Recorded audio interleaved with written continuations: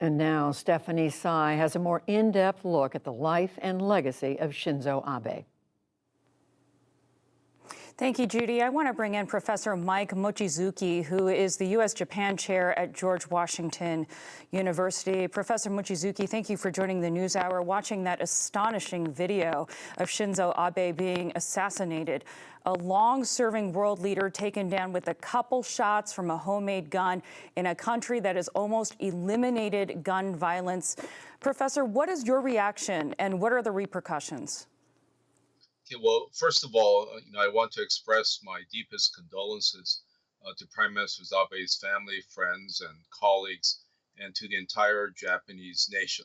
I mean, this is indeed a horrible tragedy, a shocking development for a country that doesn't experience this kind of violence, and this will be forever etched in the memory of the Japanese.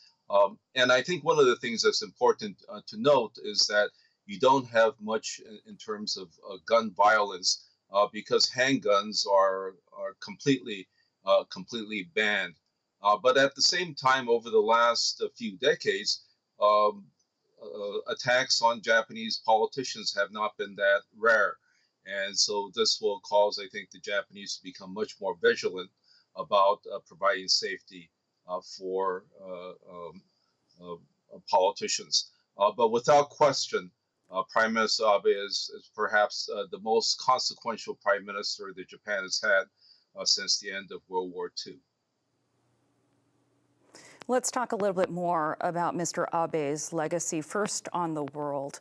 What was his greatest impact, sir? He was prime minister from 2012 to 2020. You've got Xi Jinping of China consolidating power. You've got nuclear testing out of North Korea. You have a transition here in the United States between President Obama and President Trump. What really stands out to you in Mr. Abe's legacy on the world stage? Yes, well, he promoted what he called proactive peace diplomacy.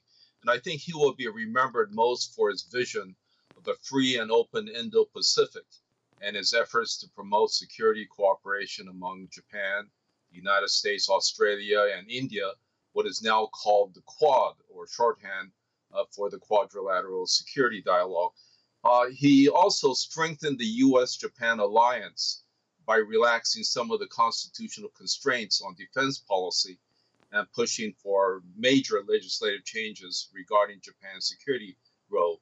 And he was especially skillful in managing relations with President Trump to prevent Trump from weakening the bilateral security alliance. And I think he was also instrumental in concluding the mega free trade deal known as the Trans-Pacific Partnership Agreement with the remaining 11 countries after the United States pulled out during the Trump administration. Domestically, Mr. Abe wanted a strong Japan, or at least what he called a normal status, away from the post-World War II pacifist constitution, a restoration to some degree of military capabilities. He was clearly still very active in politics. On this day, he died. What will his lasting impact be on Japan's politics? Well, he has defined, what I would call a realistic and nationalistic kind of foreign policy outlook. And despite this terrible assassination, I think there will be many within the political class in Japan that will continue to promote his agenda of making Japan have a much more strong defense capability and a much more proactive security policy. But at the same time, it's important to remember that while Abe was prime minister, he contributed to stabilizing relations with China.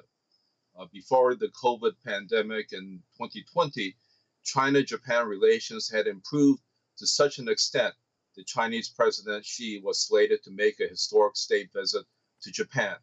And the pandemic derailed that plan, and China-Japan relations have deteriorated again. And in some sense, precisely because Prime Minister Abe was a conservative nationalist, it provided the kind of the political space for Japan to try to stabilize relations with China from a position of strength. Such a large impact on the world stage, which is why we're seeing condolences pour in from leaders around the world, including from the foreign ministry in China. Shinzo Abe dead at the age of 67 by an assassin in Japan today, a tragic day.